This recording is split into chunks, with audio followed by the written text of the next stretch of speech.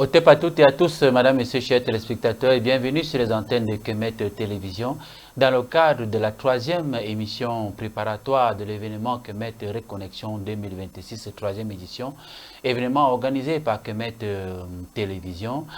Et ce matin, nous allons revenir sur un certain nombre d'informations parce que beaucoup de ceux qui souhaitent participer à cette reconnexion posent la question de savoir s'ils peuvent avoir le programme détaillé de toute la reconnexion. Deuxièmement, d'autres préoccupations comme celle de comment avoir le visa et le certificat d'hébergement. Et c'est l'occasion justement d'en parler ce matin. Mais avant de présenter le frère Tot Abonné, Sa Majesté Wendemabou, avec qui je suis sur ce plateau, nous allons justement prendre la bande qui annonce cet événement et on se retrouve juste derrière pour en parler.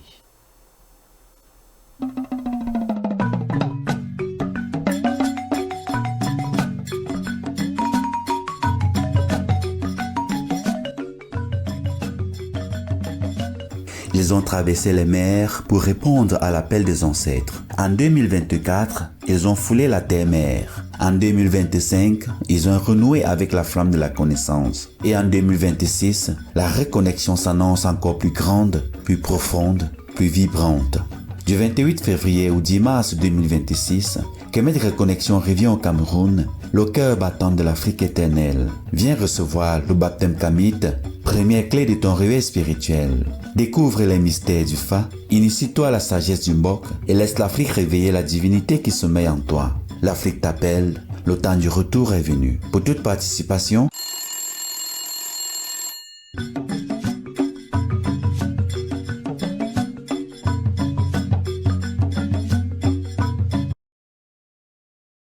en 2026, le rendez-vous du retour sacré. Kemet Télévision éveille la conscience, éclaire la voie et reconnecte les âmes du monde à la source originelle.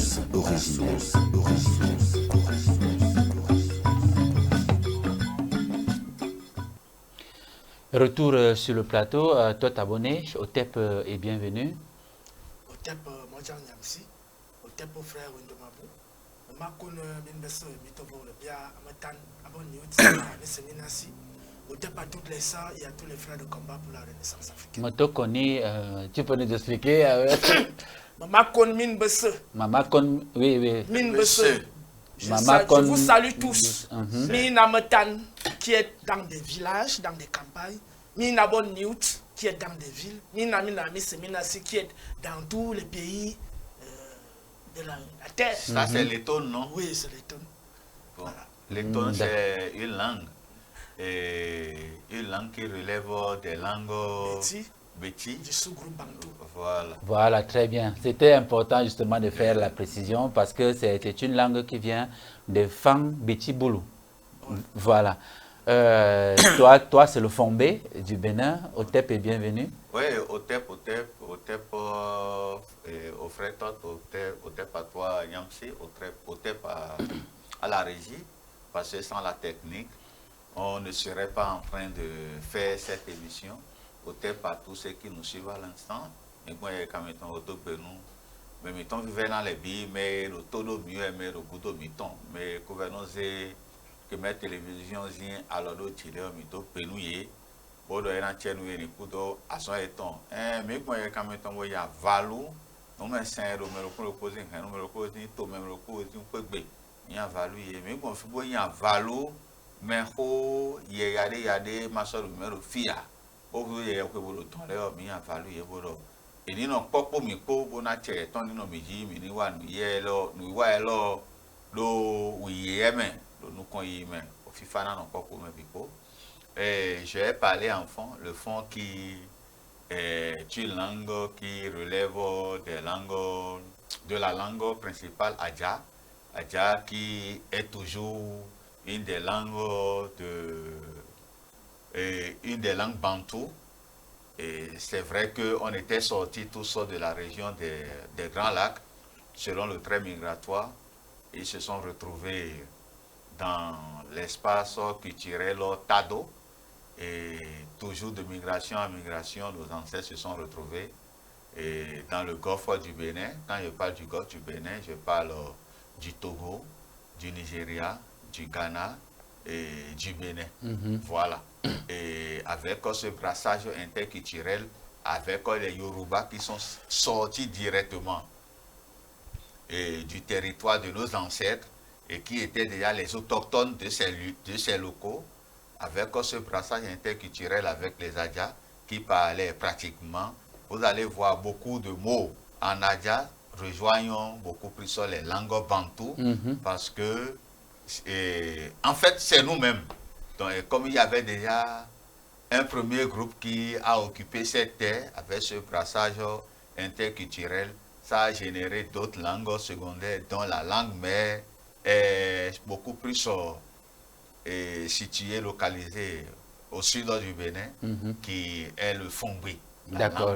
Voilà. Le Fombé que j'aime beaucoup à Kovi Gomez. Et il y a aussi les fonds au Cameroun ici. Oui, bien entendu, en Afrique centrale. À Kovi Gomez, parce qu'il aime bien sa langue, lorsqu'il fait ses conférences, il utilise beaucoup le Fombé.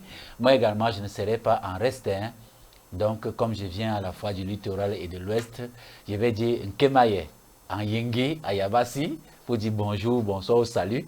Et puis en langue maternelle qui est le Banganté, je vais dire Bissi Mobo, Benche Mobo, ça veut dire que soyez les bienvenus et installez-vous confortablement. Voilà qu'on a fait le tour. Voilà, chaque jour qui passe nous rapproche inexorablement de Kemet Reconnexion, 3e édition. Et les futurs participants, beaucoup de questionnements, notamment, est-ce qu'on peut avoir un programme détaillé, ce support qu'on peut leur envoyer. Également, d'autres ont la préoccupation, celle de savoir comment faire pour obtenir les visas. Est-ce qu'on va les octroyer, les lettres d'invitation et puis les certificats d'hébergement et parents d'hébergement. Il y a beaucoup également qui posent la question de savoir où allons-nous héberger pendant tout ce temps. Oui, déjà, comprenez que le programme est déjà disponible. On sait ce qu'on veut faire et ce qu'on doit faire exactement. Et on ne peut pas diffuser ce programme sur nos antennes ou bien sur les réseaux sociaux. Donc ceux qui sont intéressés et qui veulent véritablement s'inscrire, ou bien ceux qui se sont déjà inscrits, peuvent déjà contacter soit le frère Todd, ou bien te contacter, ou bien moi, pour avoir ce programme en numérique et savoir les activités qu'on aura à mener le jour là du début jusqu'à la fin avec les horaires. Tout est déjà défini. Et par rapport à l'obtention du visa, c'est vrai que pour le visa, on demande généralement le billet de réservation. On demande du moins la réservation. Après la réservation, on demande le certificat d'hébergement et la lettre d'invitation et les pièces d'identité. Donc, pour ce qui nous concerne ici, nous autres, ce qu'on peut fournir dans l'obtention de visa, c'est la lettre d'invitation et le certificat d'hébergement. Donc, les autres pièces à fournir, par exemple, le billet pour la réservation, c'est pas Kemet Télévision qui paye le billet d'avion pour les participants. Donc, chaque participant doit d'abord réserver avant d'aller vers les institutions compétentes pour, en l'occurrence, les consulats et les ambassades, pour pouvoir faire la demande de son visa. Et maintenant, pour obtenir les pièces qui sont des pièces capitaux, c'est-à-dire le certificat d'hébergement et la lettre d'invitation, qu'on contacte quelqu'un parmi nous, et que ce soit le frère Todd, toi ou bien moi, il y a déjà, en voulant nous contacter déjà pour avoir, il faut d'abord préciser que pour avoir cette lettre d'invitation et d'hébergement, il faut d'abord remplir les formalités. Remplir les formalités, cela veut dire quoi? Il faut d'abord s'inscrire. S'inscrire, cela veut dire quoi? Il faut avoir la fiche d'inscription qui est disponible. Écrivez pour avoir la fiche d'inscription, la remplir et choisir son groupe initiatique parce qu'au programme sur la fiche, il y a des initiations qui sont prévues. Et il y a le MBON, qui est dirigé par le Tara Asuzo, qui est un grand frère, un aîné, que je respecte beaucoup. Et il y a le Mbo Madin, il y a le Fa qui relève de ma compétence. Et nous allons revenir sur chaque initiation et l'importance de chaque initiation. Et en fait, chaque initiateur viendra expliquer, parce qu'on ne va pas demander aux gens d'aller s'inscrire dans un groupe initiatique sans qu'ils ne comprennent pas l'essence spirituelle de ce groupe. En quoi cela consiste, l'importance de ça dans notre vision du monde, la vision du monde africaine bien sûr. Et les gens doivent bien comprendre ce qu'ils sont en train de vouloir faire. Donc, raison pour laquelle chaque initiateur viendra sur le plateau. C'est vrai que nous avons tout ce qu'il faut pour mieux expliquer l'essence, la quinquétance de ces groupes initiatiques. Mais comme on le dit dans ma langue, que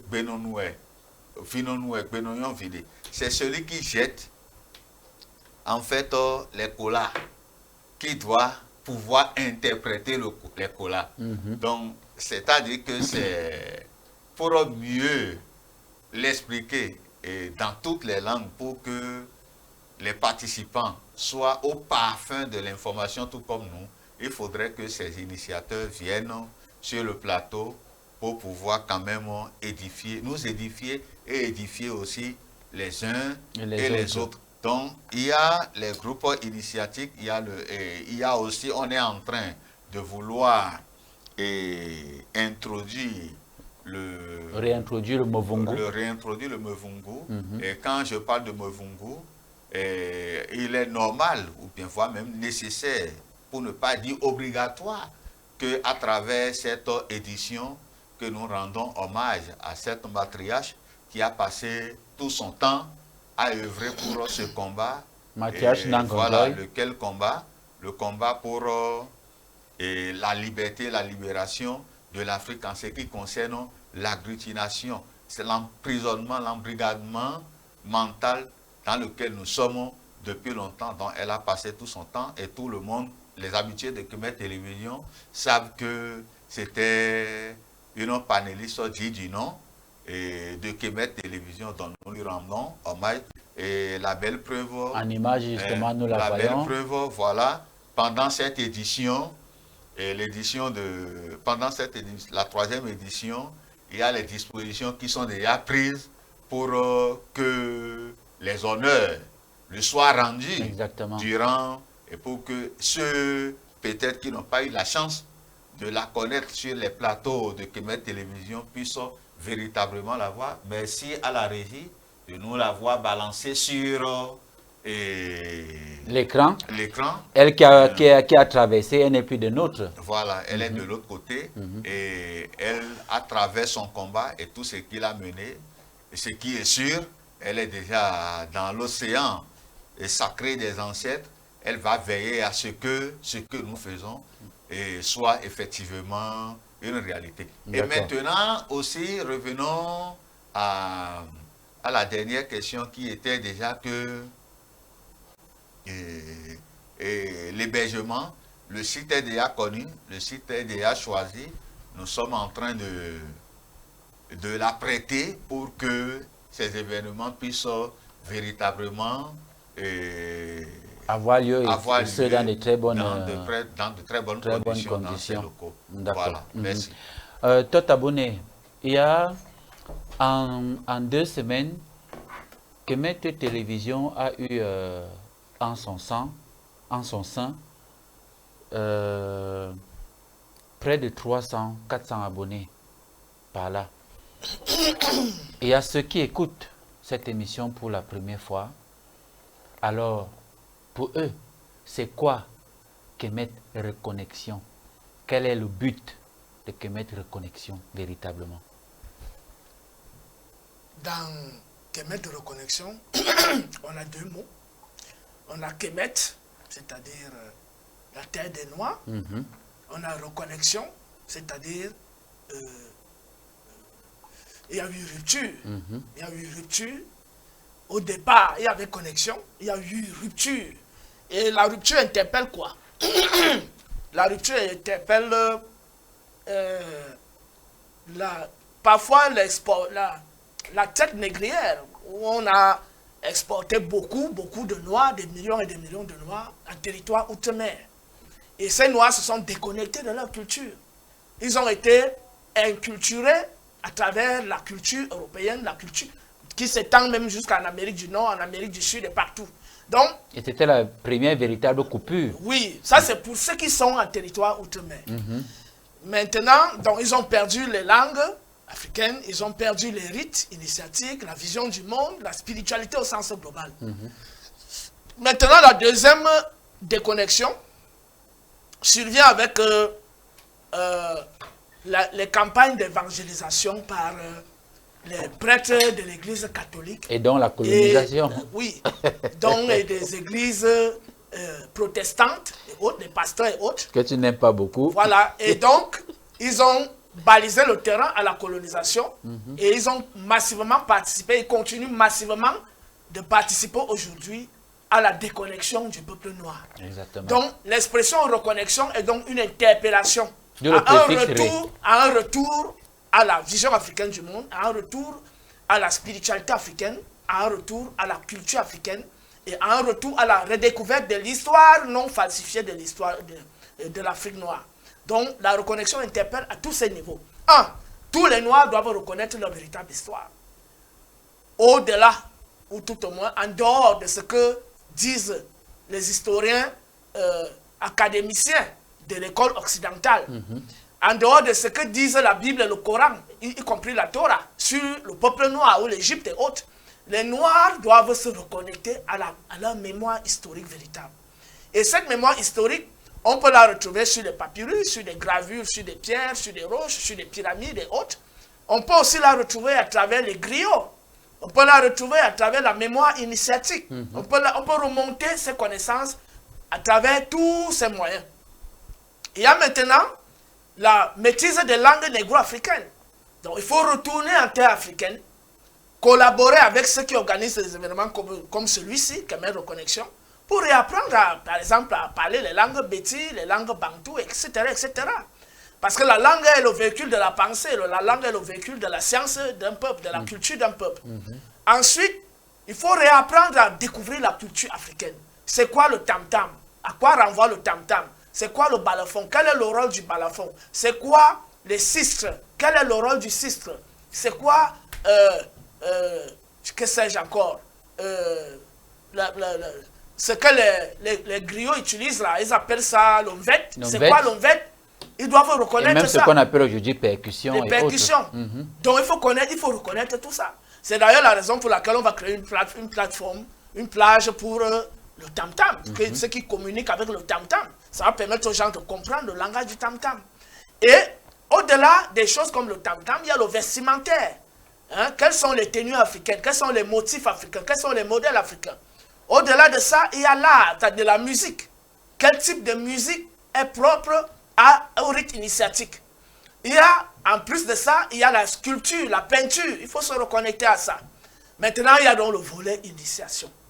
Et dans ce volet initiation, il y a donc la redécouverte de soi à travers son arbre généalogique, à travers la connaissance de soi-même, c'est-à-dire la maîtrise de ses émotions, la maîtrise de ses respirations, bref, de son état intérieur, son état psychologique, et aussi la connaissance des plantes, de la nature, la connaissance de la force de la lune, du soleil, des étoiles, la connaissance de la force de l'eau, de la terre, de l'air et du feu, et la connaissance des génies qui gouvernent chacun de ces éléments et chacun de ces astres, y compris aussi le totem de chacun. Chacun doit connaître quel est son totem, c'est à quoi il est lié, il appartient à quel élément, etc. C'est très important. Et en plus de ça, il y a maintenant comment se connecter aux ancêtres. Ça aussi, ce sont les enseignements qui sont véhiculés de manière pratique, là, sur le terrain. Et en plus de cela, se reconnecter même déjà à la terre africaine qui est la terre-mère, pour puiser les énergies de cette terre-mère qui a vu le premier homme naître. Donc la reconnexion est à plusieurs niveaux. Au niveau des langues, au niveau de l'histoire, au niveau de l'art, au niveau des initiations, au niveau de la terre. Donc, il y a 5 degrés de connexion. Et le 6e point aussi, c'est important de venir rencontrer sur le terrain les gens que vous avez l'habitude de suivre en ligne, afin de voir comment eux-mêmes vivent sur place. Est-ce que ce sont des personnes de bonne moralité? Est-ce que ces gens... Est-ce que ce qu'ils disent, c'est ce qu'ils font au quotidien, etc. Donc, tout cela est important pour une reconnexion dans son sens global, au TEP. Et dans la reconnexion, on parle justement beaucoup d'initiation. Quand on parle de reconnexion, ça veut dire qu'il y a eu des connexions, comme tu le dis si bien. Est-ce qu'à cette époque, avant la rencontre avec les autres, tous les Africains étaient des initiés et qu'on a perdu ça parce que le clou, il faut le dire, le clou de Kemet Reconnexion, c'est l'initiation. Parce que les autres rubriques sont tout simplement ce qu'on appelle des accessoires pour accompagner, mais le clou, c'est les initiations. Est-ce à dire aujourd'hui qu'on s'initie de nouveau? À une certaine époque, en Afrique antique, tout le monde était initié, tout le monde comprenait ce que c'est que l'univers, tout le monde avec la même vision du monde. Bon, dire que tout le monde était initié, bon, on peut dire d'emblée que tout le monde était initié, mais c'était à des stades, à des degrés, bien entendu, en fonction des capacités de tout un chacun, en fonction de la mission de tout un chacun, en fonction du taux vibratoire de tout un chacun. Donc, généralement, tous les enfants, dès la naissance, subissaient des rites d'introduction dans le monde. Depuis même le baptême. Depuis, je dis, dès la naissance. Voilà. Dès la naissance de l'enfant. Chaque enfant, même dit depuis le ventre. Dès la conception. Puisqu'il y a une alimentation que la femme doit suivre. Et il y a un travail qu'elle fait avec la lune, constamment, et avec le soleil. Il y a les interdits alimentaires. Il y a la pureté. Parce qu'une femme qui est enceinte ne doit pas se retrouver en train de se faire pilonner à gauche et à droite. Donc il y a tous ces enseignements-là, comment une femme enceinte doit se comporter et tout ça. Et puis le jour de la naissance, il y a des rites qui sont opérés. 3 jours, 5 jours plus tard, il y a le baptême. Et donc, avec des petites variances, mais le fond est le même. Parce qu'il faut présenter à la lune et au soleil.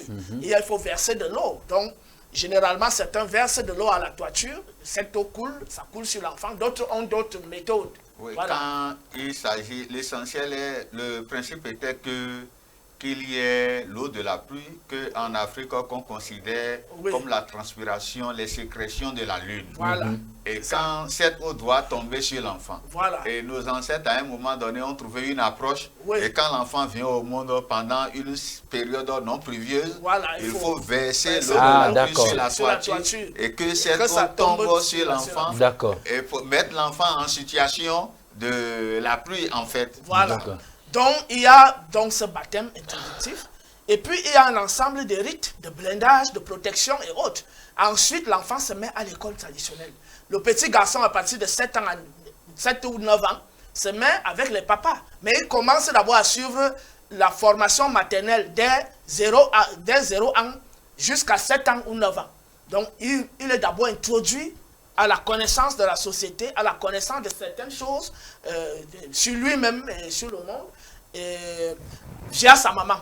Et puis, à l'âge de 7 ans ou 9 ans, on le confie donc aux hommes, quand c'est un petit garçon. Ce sont les hommes maintenant qui le forment. Il y a parfois la circoncision est opérée par les hommes. Généralement, même, ce sont les hommes. Et puis, on commence aussi à lui enseigner la médecine. Par exemple, s'il faut aller à la chasse, si tu es mordu par un serpent, comment, si telle chose, si telle épine te pique, si tu vois une chenille, il y a les chenilles venimeuses, si c'est un scorpion, voilà comment c'est traité, voilà. Quand tu arrives peut-être en forêt, comment tu t'en sors pour te nourrir? Si tu ne peux pas rentrer au village, si tu dois aller faire 2 semaines là-bas, il faut savoir grimper, il faut tendre les pièges. Voilà, donc il y a une formation, une acclimatation, c'est-à-dire quand tu es en zone non urbaine, en zone forestière, on t'enseigne comment t'orienter dans la forêt. Donc, il n'a pas besoin d'utiliser la boussole. Rien qu'à travers la position des arbres. Le côté sud est toujours humide, le côté nord, voilà. Donc, très bien. Donc, tu vas voir que il y a un côté, quand tu regardes bien les arbres, tu vas voir que ça c'est le sud, ça c'est le nord, etc. etc. Donc, en réalité, il y a cette formation, cette intégration à la faune et à la flore. Il y a aussi la maîtrise de la chasse. et comment, à quel moment chasser tel animal. Et quel type d'animal il ne faut jamais chasser.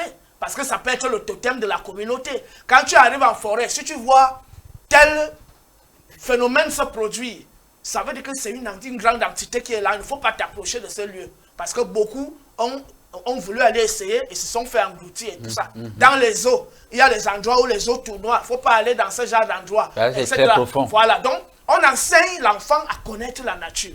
Donc, au-delà de l'enseignement sur sa généalogie, au-delà de l'enseignement sur la signification de son nom, on lui apprend à connaître la nature, la forêt, à savoir lire la lune. Parce que quand la lune est comme ça, si tu vois l'auréole autour de la lune, ça annonce le décès d'une grande personnalité.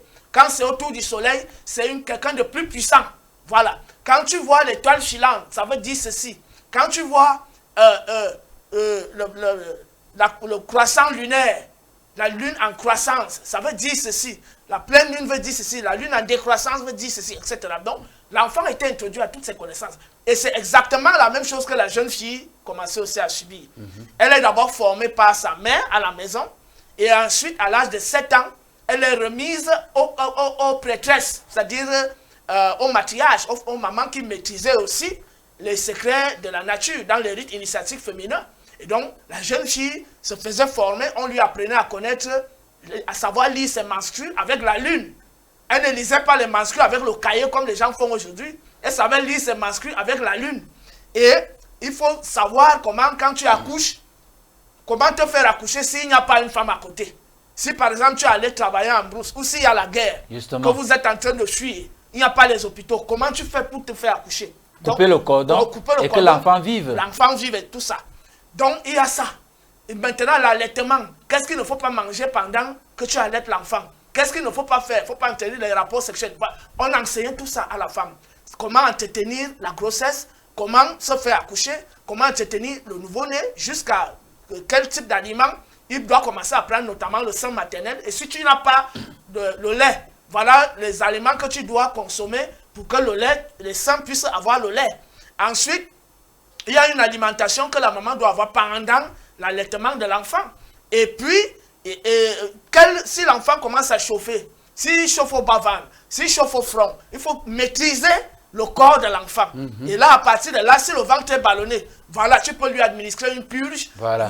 Tu peux lui faire un massage, peut-être avec les os de gorille, tu peux... ou des chimpanzés. Ou bien du cheval. Voilà. Tu peux prendre telle plante. S'il a des trucs aux yeux, tu lui mets ça aux yeux. S'il a un problème que dans la tête, ceci, cela, tu prends des trucs, tu lui mets dans les narines, tu lui mets dans les oreilles. Il y a des choses qu'il peut boire et tout ça. Donc, la maman devait aussi maîtriser la médecine de base. Et maintenant, à un autre niveau, il fallait qu'elle maîtrise la gestion du foyer. Comment entretenir son mari à la maison quand son mari arrive. Comment est-ce qu'elle doit l'accueillir. Elle accueille. Tout ça. Et puis, comment elle positionne la table pour le repas. Elle doit être à côté de son mari pour accompagner son mari pendant qu'il mange. Et puis, quand il finit de manger, et voilà, le lit est déjà fait, il s'est lavé et tout ça. Et au petit matin, les causeries commencent. On ne cause pas des choses importantes la nuit ou le soir. C'est le petit matin à 5 h du matin qu'on peut donc commencer à dire que hier, il y a eu ceci, et aujourd'hui, voilà ce qui est prévu dans la famille, voilà les projets et tout et tout. Donc, il y a tout cet ensemble de choses qu'on enseigne à la femme, les mystères de la fertilité du sol, les mystères de rupture de mauvais sorts, les mystères de bénédiction, les mystères de protection, et tout ça. Donc, on enseigne, l'enfant était donc formé à l'école traditionnelle. En fonction donc des capacités, du taux vibratoire, il pouvait donc s'élever dans les initiations. En fonction de la mission pour laquelle il est venu sur terre. S'il est venu pour être un leader ou un dirigeant, on le forme donc à la royauté, etc. S'il est venu pour être un voyant, on le forme à la voyance. S'il est venu pour être un grand chasseur, on le forme à la chasse, avec le don de disparition et tout, et tout, et tout. S'il est venu pour être un guerrier, on le forme à la guerre. S'il est venu pour être un artiste dans le sens général, un peintre, un musicien et tout ça, on le forme, il y a des initiations pour ça. Donc les initiations étaient les spéciales. Il y avait d'abord un tronc commun que tout le monde devait avoir. Et après, maintenant, il y avait les spécialisations. Et dans ces spécialisations, c'est en fonction de ton don naturel, ta mission sur terre, c'est comme ça qu'on t'oriente. On peut donc retenir que les gens étaient initiés, mais tous n'étaient pas au même degré parce que c'est une question de taux vibratoire. Exactement. Et de mission de vie. Donc tout cela participait de l'initiation et atteint un certain âge, on était accompli sur le plan initiatique et la nature ne nous était plus étrangère. D'où l'événement Kemet Reconnexion, n'est-ce pas, pour restaurer ces valeurs-là. Bien évidemment. L'événement Kemet Reconnexion, il est vrai que nous devons multiplier les groupes initiatiques, ça va se faire avec le temps, mais les groupes qui sont déjà là peuvent garantir les fondements que je viens de présenter, notamment de l'enfance, des choses qu'il faut enseigner aux femmes, des choses qu'il faut enseigner aux enfants, afin qu'ils et elles puissent devenir des bons parents qui vont garantir un meilleur avenir pour leurs enfants. Un avenir plein de protection, plein de sagesse, plein de santé, plein de force et plein de prospérité. OTEP. Nous avons beaucoup perdu de nos valeurs. Et justement, lorsqu'on parle de la reconnexion, lorsqu'on parle des initiations, ça donne un sens péjoratif pour beaucoup, pour certains. On dit que les initiations, c'est la sorcellerie, on peut aller faire quelque chose, après tu en meurs, et après ta vie... Or, c'est tout simplement parce que nous avons perdu beaucoup de nos valeurs. Et à travers Kemet Télévision et Kemet Reconnexion, il faut dire Kemet Télévision qui est pratiquement la seule télévision kamite qui apporte encore les enseignements qui correspondent au vécu de nos ancêtres. Il est donc important à dire à tous ceux qui sont encore sceptiques que l'initiation n'est forcément pas ce qu'ils pensent. Et ce que nous faisons justement dans Kemet Reconnexion, nous avons eu la première édition qui a été un succès, la deuxième édition qui a été un succès, et maintenant nous envisageons la troisième édition très bientôt. D'abord, je remercie profondément le frère Toth pour ce développement effectivement. Concernant le volet initiatique. Et quand tu demandais à savoir si il est important en Afrique que tout le monde s'initie, et il a démontré de A à Z pourquoi l'initiation est importante et pourquoi l'initiation était obligatoire. Depuis que l'enfant sort du ventre. Voilà, qu'il n'y a pas question de vivre en Afrique sans être initié. Sans être initié. Sans être initié parce que l'initiation directement fait appel à la spiritualité. Et la spiritualité étant la codification de la société. Voilà. Si tu dois vivre dans une société et les valeurs de cette société ou bien les codes, les arcanes majeurs de cette société devraient être accessibles à travers le volet initiatique. Pourquoi alors ne pas se faire initier? En Afrique, il n'y avait pas un enfant bâtard. Quand je parle d'enfants bâtards, je ne parle pas des enfants bâtards qui ne connaissent pas leur père. L'enfant connaît toujours sa maman. Ce qui veut dire, ça relève toujours ce que nous défendons ici, le système matriarcal. L'enfant peut ne pas connaître son père, mais l'enfant obligatoirement connaît sa mère. Ça, même si on l'enlève, celui qui l'a gardé, c'est que il remplace ou bien elle remplace la maman. Mais au fond, celui-là sait que ce n'est pas son enfant. Parce que l'enfant ne sort que de, comment nous appelons ça, que du mortier de la femme, n'est-ce pas? Donc l'enfant, on peut ne pas connaître le père, mais on doit connaître obligatoirement la mère. Ne pas connaître aussi le père relève aussi des déviances sociales que nous condamnons ici. Donc, pour dire que... Il n'y avait pas de bâtard. Il n'y avait pas de bâtard. Il n'y avait pas également de femmes stériles, parce que même celles qui ne pouvaient pas donner la vie... L'acte sexuel était basé sur le sacré. Et ce qui est sacré est respecté. Même celles qui ne pouvaient pas donner la vie n'étaient pas stériles parce qu'on lui attribuait les enfants et lesquels enfants allaient jusqu'à hériter de cette femme-là. Voilà. Donc, la spiritualité étant déjà la codification de la société, l'enfant, l'Africain, sait que son enfant doit passer par des périodes initiatiques, ou bien doit passer sa vie dans l'élévation spirituelle, à des dimensions différentes, comme le frère Toto venait de signaler. si tu as les dons pour telle chose, on t'oriente dans tel casier pour que tu évolues. Si tu as des dons pour tel aspect, on t'envoie dans tel couloir pour que tu puisses évoluer dans ce couloir.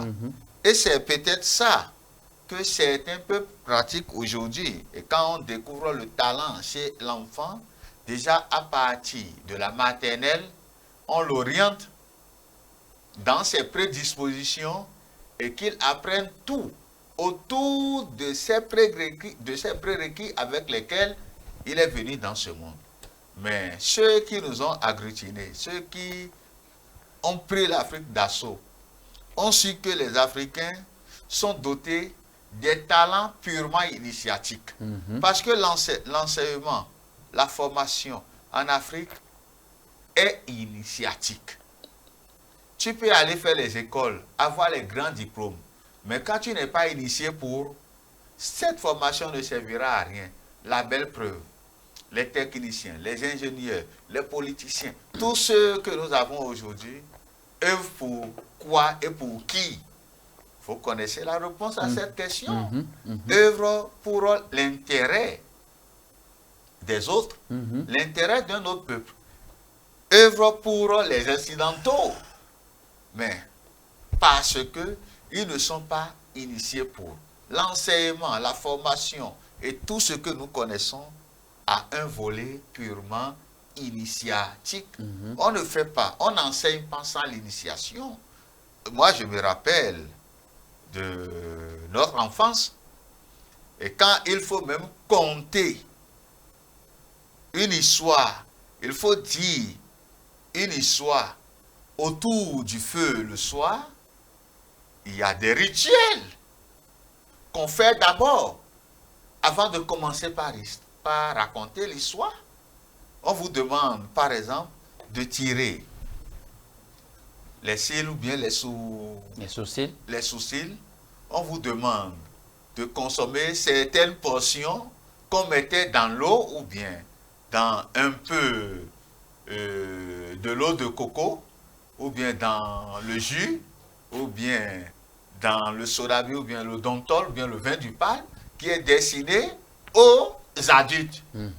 Et quand tu consommes, c'est que déjà cet enseignement tu l'as consommé et que quand on te l'enseigne et que cela ne disparaît plus. Et c'est à partir de là qu'on commence par raconter l'histoire. Et on ne raconte pas l'histoire n'importe comment. Il y a même une dimension incantatoire où on dit histoire.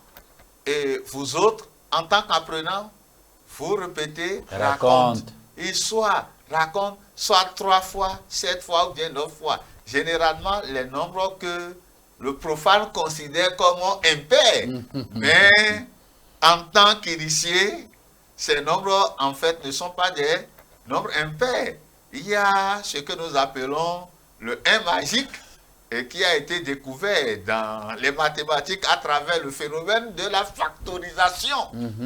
Où déjà à partir de certains produits qu'il faut factoriser, on est obligé d'ajouter le 1 magique pour établir l'équilibre. Et rappelons que dans les hiéroglyphes, il y a ces formules qui ont été découvertes et qui sont toujours là, gravées sur les pierres. Donc c'est pour dire que quand tu es né dans une société, pour vivre, connaître les codes de cette société, il faut obligatoirement passer par les initiations. Si tu es né dans la civilisation gréco-romaine, c'est qu'ils ont leur type d'initiation qui n'ont rien à voir avec les initiations en Afrique. Si tu es né étant arabe, ils ont leur code initiatique.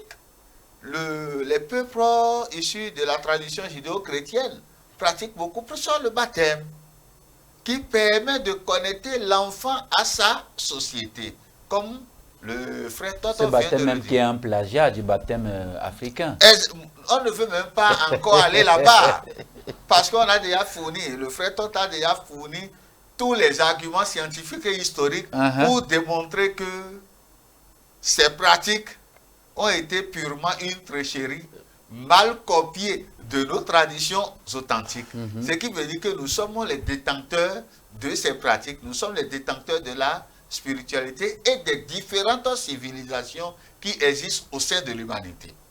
Donc, mais ce que nous on dit en tant qu'Africains, si déjà on représente l'essence de ces spiritualités, de ces traditions, de ces spiritualités, ou bien pourquoi alors se faire initier là-bas?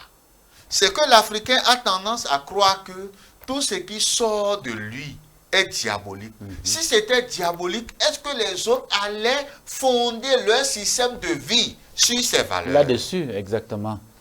On reconnaît aujourd'hui que l'Europe entière n'est que le reflet de la Grèce antique. La belle preuve, tous ceux qu'on appelle les savants, les sages, les philosophes, les mathématiciens, dans la Grèce antique, étaient venus apprendre, s'enrichir de ces connaissances où? En Afrique, bien sûr. Notamment en Égypte. En Égypte. Et le premier d'entre eux qui a appris à lire et à écrire s'appelle Thalès, et c'était en Égypte. En Égypte. Qu'il est venu. Voilà. Et ils sont maintenant allés. Bon, la belle preuve, quand ils étaient même venus en Afrique, ils n'ont pas fini leur cycle de formation. Parce que chez nous, il y a la dimension exotérique et la dimension ésotérique. La dimension ésotérique qui est considérée comme le marché. Est-ce qu'on peut interdire à quelqu'un d'aller au marché? D'aller au marché, là où on vend tout, la sagesse primaire, pas la sagesse supérieure. Et ils ont fait leur formation au niveau du marché, au niveau de la sagesse primaire, pensant qu'ils ont déjà tout. Et en allant chez eux, étant en contact avec le mot sagesse, ils ont créé une idéologie autour de ça. La philosophie qui est l'amour de la sagesse, je ne veux pas entrer dans... Voilà, tu vois un peu. Donc, ils ont fait l'étape primaire. Or, il y a l'étape des connaissances. L'étape des connaissances qui relève beaucoup plus de la science. Ils n'ont pas découvert ça. C'est-à-dire les arcanes de la connaissance de l'Afrique antique.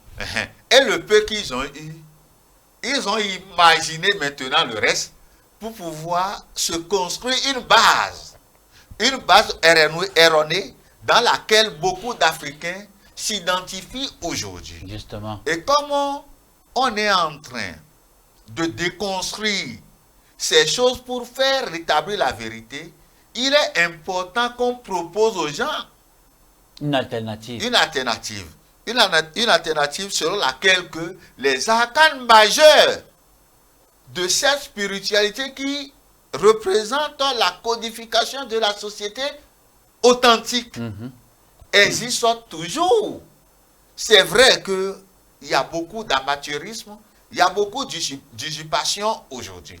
Et les gens partent dans les initiations pour la vérité, pour l'élévation, mais qui se retrouvent dans des choses où nous n'allons pas les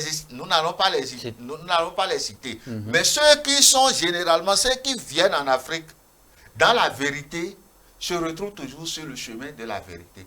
Quand tu viens en Afrique, dans le mensonge, naturellement, tu seras orienté sur le chemin du mensonge. Parce que celui qui vient avec un but uniquement pécuniaire, ce que nous dispensons ici, c'est pas que on ne fait pas la promotion des porte-monnaies magiques. On ne fait pas la promotion des calebasses magiques. On ne demande pas aux gens de venir en Afrique pour devenir président, pour devenir ministre, pour devenir député, ou bien pour rester éternellement dans un service.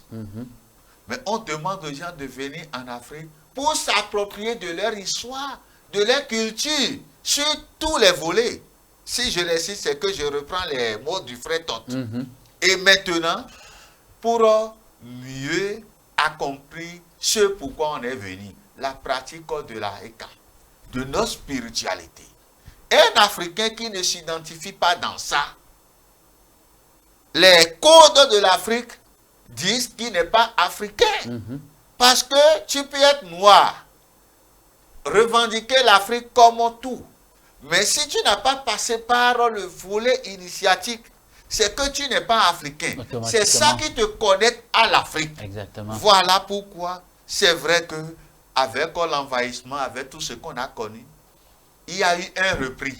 Il y a eu beaucoup de confréries qui étaient restées fermées. Mais nous, on a eu le courage de s'approcher de ces confréries pour leur dire qu'il est temps qu'on relève des défis ancestraux et que chaque Africain puisse se mettre sur sa route. Et ça se fait comment? Par des consultations. Quand tu viens au monde, le travail, le métier que tu dois accomplir sur cette terre, ce que tu dois manger, ce que tu dois éviter, le totem social, le totem du clan, le totem planique, tu dois connaître ça. En dehors de ça, tes totems individuels, tu dois les connaître.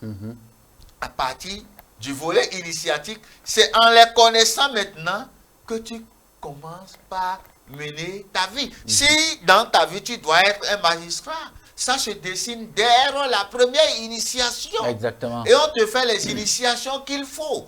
Il y a des enfants qui déjà à l'âge de 3 mois, on dit qu'on ne doit jamais trouver leur tête. Parce que tu reconnais déjà que ces enfants sont déjà des initiés. C'est une incarnation ou bien ces enfants sont des rois, des dirigeants. Donc, le roi, la mouche ne doit jamais se poser sur la tête. C'est un secret que nous sommes en train de donner. Parce qu'il y a les pseudo-rois qui ne connaissent pas les codes du royaume. Exactement. La mouche ne doit pas se poser sur la tête d'un roi. Voilà pourquoi il faut toujours la protéger. Donc, on commence par protéger la tête de cet enfant parce que cet enfant porte la totalité de son groupe crânique, de sa société sur sa tête. Donc, ce sont des choses qu'on doit connaître. Et maintenant, dire que c'est diabolique ce que nous faisons, pourquoi qualifier de diabolique ce qui a engendré ce que eux autres considèrent aujourd'hui comme positif? Si c'est la spiritualité du mot égyptienne qui a engendré le christianisme, qui a engendré l'islam, engendré, c'est-à-dire quoi? C'est vrai que on donne naissance à des enfants, et parmi ces enfants, il y a des enfants qui sont des enfants sérieux, de la même manière aussi qu'il y a des enfants qui sont des enfants déconnectés de toutes les valeurs à travers la société d'aujourd'hui. Parce que eux autres, ils sont déconnectés de toutes les valeurs positives qui se revendiquent de ces... Et ils ont copié ça où? Ils ont copié ça dans quoi? Nous n'allons pas encore commencer par le dire. Le frère Toth l'avait dit que ce soit l'islam, que ce soit l'église chrétienne, que ce soit les autres maçonniques, les fraternités et tout, tirent leur origine de l'Afrique. Non, pas de l'Afrique. Quand on dit de l'Afrique, on va dire que si c'est de l'Afrique, alors on continue toujours étant là-bas en étant africain. Ça, c'est le piège. Tirent leur origine aux pratiques qui relèvent, aux pratiques qu'on classe dans les antipodes, en fait, de notre spiritualité. On a démontré de A à Z ici, dans les plateaux, sur ces plateaux, que ces pratiques appartiennent à la divinité de Seth. Donc, celui qui est en fait dans l'islam, celui qui est dans l'islam, qui est dans l'église chrétienne, ou bien dans les autres maçonniques et consorts, que celui-là en Afrique reconnaisse qu'il est en fait sur la route démoniaque. Un disciple de Seth, le grand démon, ce que nous appelons Aovi. Vous voyez un peu. Donc, on ne va pas les laisser dans la perdition. Il est normal que ceux-là reviennent chez eux pour s'orienter ou bien se mettre sur la voie de la vérité. Voilà. Vous avez toujours beaucoup à dire. On était parti pour une vingtaine de minutes, mais on est déjà à une quarantaine de minutes tellement il y a des choses à dire en ce qui concerne notre continent. Frère Toth, nous allons sortir de l'émission. Beaucoup pensent, et notamment les Africains, ils disent qu'ils n'ont pas besoin de ces initiations parce qu'ils sont déjà accomplis. Ils sont épanouis. Ils ont un travail qui leur permet d'avoir de l'argent. Ils sont mariés, ils ont des maisons, ils ont des voitures. Est-ce que la vie s'arrête essentiellement à ça? Sinon, à quoi servirait donc un événement comme Kemet Reconnexion, où nous demandons aux uns aux autres de venir se reconnecter à la source ancestrale pour non seulement être épanouis sur le plan matériel, mais également sur le plan spirituel. Ceux qui raisonnent comme ça, ils sont nombreux. C'est ceux qui disent que il faut vivre chaque jour comme si c'était le dernier. Car après la mort, il n'y a plus rien. Voilà. Donc quand tu es dans cette philosophie, tu vas raisonner comme tu raisonnes. Avant même de mourir, l'éducation que vous donnez à vos enfants, cette éducation est identifiée à quoi? Vous allez dire que nous sommes dans un village planétaire où il y a un brassage culturel. Toi, tu inculques l'éducation occidentale à tes enfants. Qu'est-ce que ces enfants noirs, africains, pourront apporter aux petits blancs? Quand il va causer avec le blanc, il va dire qu'il peut enseigner quoi au blanc? Le chinois va enseigner le blanc. Il va lui parler du tai chi, du tao, il va lui parler du yiking, il va lui parler de la médecine chinoise, de l'acupuncture, il va lui parler de toi, le nègre là qui raisonne comme ça. Tu vas enseigner quoi au blanc? Rien. Rien. Donc, laissons d'abord la mort de côté. Rien qu'au niveau de la structure mentale et gnoséologique, c'est-à-dire les connaissances de ta culture, quand tu ne les as pas, tu n'es rien. Tu es masque noir. Peau blanche. Non. Masque noir, cerveau blanc. Ouais. Masque noir, cerveau blanc. Donc tu vois quelqu'un dit qu'il est africain. Mais quand tu l'entends raisonner, tu l'entends agir, tu le vois agir, tu te rends compte que ce n'est que la coque là qui donne l'illusion que c'est un Africain. Ils sont nombreux comme ça en Europe, qui sont des journalistes, d'autres qui sont devenus des footballeurs, qui sont nés là-bas. Peut-être qu'ils sont de la 4e, 5e, 6e génération. C'est des déconnectés totalement. Donc il a ce type de raisonnement que lui, il ne manque de rien. Mais alors, qu'est-ce que quand tu es face au petit blanc, il va te dire sale nègre, sale négresse. Qu'est-ce que tu peux m'enseigner? Tu vas te plaindre, mais tu es chez lui. Voilà. Tu peux m'enseigner quoi? Hein? Tu es africain, tu es africaine. Qu'est-ce que tu peux dire de l'Afrique? Rien du tout. Tu le regardes comme ça, tu dis que non, Descartes avait dit que, ah, mais Descartes c'est chez moi. Voilà. C'est ça. Donc il y a d'abord cette impasse-là, où tu ne peux rien apporter aux autres. On n'est pas dans le racisme, on dit, chaque individu doit s'identifier à sa lignée généalogique et à la culture qui émane de cette lignée généalogique-là. Car chaque peuple a quelque chose à apporter aux autres peuples. C'est ça qu'on appelle le donner et recevoir. Le donner, c'est quoi? Tu vas donner l'argent au blanc. C'est lui qui fabrique l'argent là. Voilà. Donc, il y a d'abord ce problème. La notion d'identité est la notion de base dans tous les domaines. Quand on parle du téléphone, on dit marque Sony. Pourquoi on met Sony? Pourquoi on ne fabrique pas le téléphone, on ne met pas la marque? C'est une identité remarquable de la personne qui a fabriqué le téléphone. Donc, l'identité est le principe même absolu d'affirmation de ses capacités intellectuelles, hein, psychologiques et physiques. Voilà. Y compris de la connaissance, même de l'évolution, des sciences et tout ça. Donc c'est ça l'identité. C'est pour ne portez donc plus les noms. Puisque nous sommes dans un village planétaire, ne portez plus les noms. Dès que tu arrives seulement pour saluer ta femme, tu dis « Hey, comment tu vas ?» Dès que tu veux saluer Nyamsi, tu ne l'appelles pas Nyamsi, tu dis « Hey, oh, gars, c'est comment ?» Dès que tu portes déjà un nom, c'est une identité. Dès que tu dans les gadgets là, donc les caméras, les téléphones et tout ça, ça a des marques. Les marques de véhicules, les marques d'avions et tout ça. Hein? Les sociétés ont des noms. Tu vois? Maintenant, en ce qui concerne la vision du monde, la vision du monde fait en sorte que celui qui est en face de toi puisse apprendre quelque chose. Exactement. Parce que si tu raisonnes comme un Français, un petit Français blanc, toi tu es un nègre, tu as le même raisonnement. Lui, il voit un nègre devant lui, mais pourquoi tu n'as pas de contenu? Tu vas devoir lui apporter quoi? Lui ça. Qui est français. Voilà, tu n'as pas de contenu. Donc c'est ça le fond du problème, il faut avoir un contenu. Même si tu vas connaître aussi ce qu'ils font là-bas, c'est à travers les échanges que vous vous enrichissez mutuellement. Et ça fait que l'autre te respecte. Quand tu as quelque chose à apporter à l'autre, l'autre te donne le respect. Quand tu n'as rien à apporter, on te voit comme un lessivé mental. C'est-à-dire que quand on a pris le Pax, on a lavé le cerveau, On a réintroduit maintenant d'autres représentations et ils se comportent exactement comme les hommes de ce peuple-là. Donc, maintenant, la mort, quand vous mourrez, vous dites que non, après la mort, il n'y a plus. C'est la philosophie de certains Grecs, comme les Épicures, tous ces gens-là. Et même chez les Hébreux, ils disaient que tu es poussière, tu retourneras poussière. N'est-ce pas? C'est à travers l'Égypte, par les mystères de l'Égypte, que les gens ont découvert la mort et la résurrection. Maintenant, quand on parle de mort, résurrection et réincarnation, quel est donc, après avoir vécu, comme tu dis que tu vis bien là, dès que tu fermes les yeux, tu laisses ton destin de l'au-delà à qui? Parce que c'est le jour où tu fermes les yeux que la vraie réalité s'ouvre à toi. Exactement. Et tu vois donc le sort qui est réservé à ton âme. Donc il faut apprendre à mourir avant de mourir.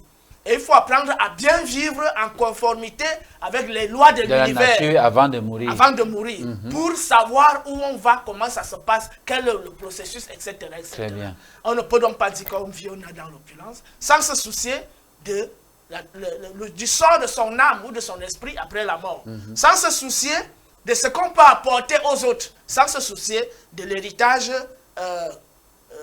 intellectuel, culturel qu'on pourra léguer à sa postérité. Voilà donc les limites de ce type de raisonnement. D'accord. Il faut pour sortir dire que pour tous ceux qui vont participer, des lettres d'invitation leur seront adressées.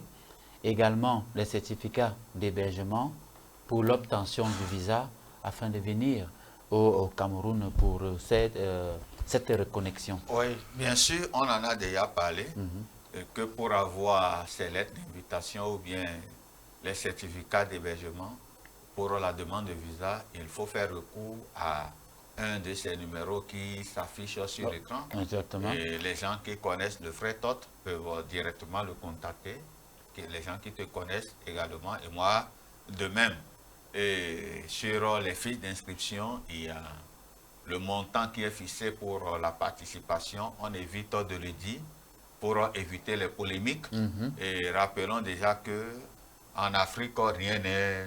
Aujourd'hui, dans le contexte actuel, on ne peut rien avoir gratuitement, et comme avant où c'était la société qui cotisait, comme on l'avait dit. Donc, qui nous permettent quand même de mieux faire en s'inscrivant. Et quand on s'inscrit, c'est qui nous donne la garantie et que tel a réservé telle place et qu'il ne faut pas aller au-delà du nombre ou bien en dessous du nombre. C'est quand la personne valide son inscription. Valider son inscription, c'est-à-dire effectuer le paiement. Il y a nos numéros de compte qui sont sur les fiches d'inscription. C'est vrai que avec cette lutte acharnée contre Kemet Télévision, les banques occidentales refusent de valider les virements en ligne, les virements bancaires en ligne. Donc, ce qui est quand même bien, il y a d'autres méthodes. Ceux qui connaissent d'autres peuvent l'appeler et prendre directement ses coordonnées à l'état civil et lui faire, par exemple, un transfert RIA, Western Union, MoneyGram. Et pourquoi pas déjà à partir de TapTapSend et directement sur son numéro Orange ou bien sur son numéro MTN. Ce qui est sûr, avec une transaction, il faut obligatoirement garder la preuve de son paiement. C'est-à-dire que si c'est par virement bancaire, que je puisse faire de capture d'écran ou bien photographier les factures, les reçus ou bien les bordereaux qu'on m'a donné quand je faisais la transaction. Si c'est par MoneyGram ou bien TapTapSend, il faut toujours faire de capture et garder ça comme preuve. Parce que ça, c'est ça qui va servir en fait de reçu par rapport au paiement. Garder ça comme preuve, nous l'envoyer et que déjà cela nous permette d'enregistrer ça parmi les participants. Et je reviens toujours en disant que c'est vrai que quand on parle de Kemet Reconnexion, il y a beaucoup de gens qui veulent y participer. Mais reprécisons que tous les doigts ne sont pas égaux. Les doigts se situent sur la même main, mais ils n'ont pas la même longueur, la même taille. Ce qui veut dire qu'il y a des gens qui ont petit de moyens, il y en a qui ont beaucoup, il y en auront qui ont même exagérément de moyens et qui veulent participer à cette cause commune.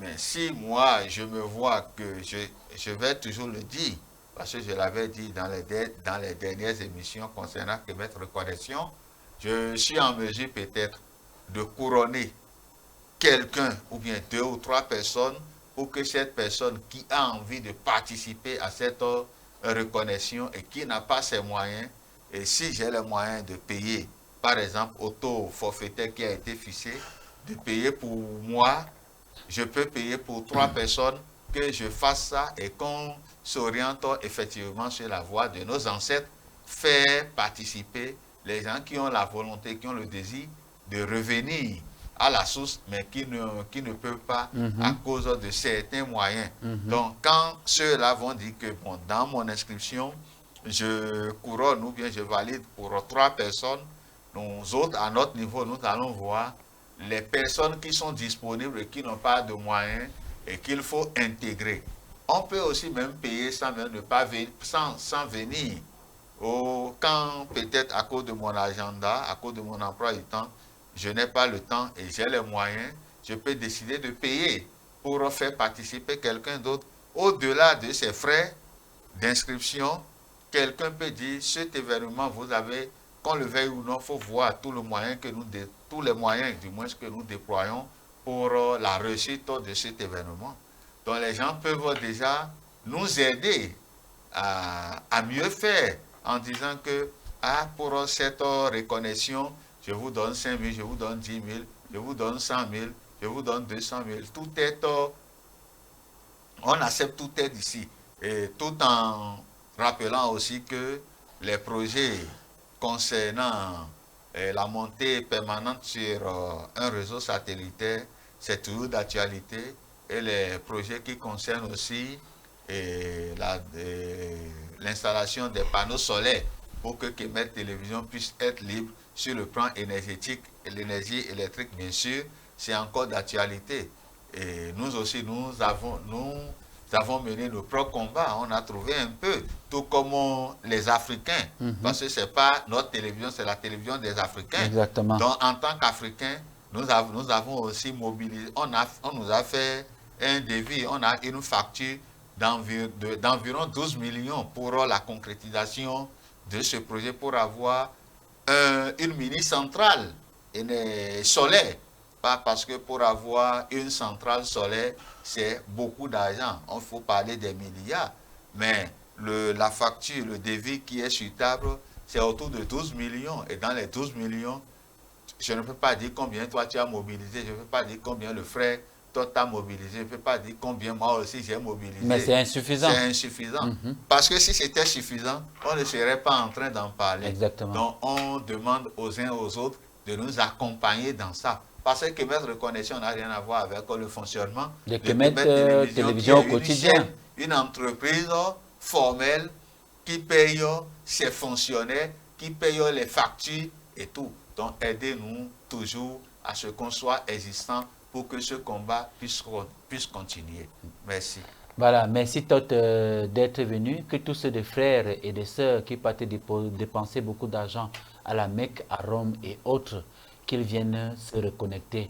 Que les Blancs le fassent, ça leur regarde là-bas parce que c'est eux, mais le Noir, son continent, c'est l'Afrique, et on doit n'est-ce pas, se souder pour que la renaissance soit effective. Oui, effectivement. Je ne vais pas reprendre ce que tu as dit. Tout ce que je peux dire, c'est que valorisons nous-mêmes. Ce ne sont pas les autres qui vont nous valoriser. Ce ne sont pas les Israélites, ou les Arabes, ou les Occidentaux, ou même les Asiatiques. Ce ne sont pas eux qui vont nous... C'est nous-mêmes qui nous valorisons. Et on se valorise en participant massivement à des événements comme ceci et en relayant les informations. C'est tout ce que je peux dire. Donc, les frères et les sœurs de combat sont interpellés pour l'événement. Voilà. Merci, Majesté, d'être venu à cette autre édition de émission spéciale de Kemet Reconnexion. Oui, merci à toi, merci aux frères Tot, merci à tous ceux qui nous ont suivis. Et les dés sont déjà lancés et que chaque personne puisse s'identifier afin de se manifester par rapport à ça. Et je l'ai toujours dit que c'est au bout de l'ancienne code. Quand la nouvelle. Sortissait la nouvelle.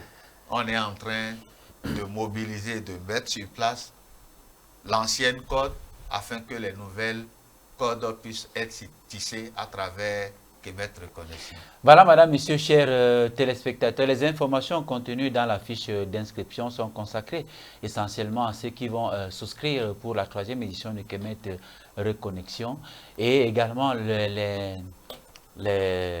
au-delà des fiches d'inscription, les lettres d'invitation et les certificats d'hébergement pour l'obtention facile des visas pour arriver au Cameroun dans le cadre de cet événement vous seront facilités. C'est une chance extraordinaire que les groupes initiatiques s'ouvrent encore aujourd'hui pour initier les fils et les filles d'Africa pour que véritablement la renaissance africaine soit effective. C'est par ces mots que nous mettons en terme à cette autre édition. Nous vous souhaitons de passer de très bons moments accompagnés des émissions de Kemet, des programmes de Kemet Télévision et à très bientôt pour une nouvelle édition.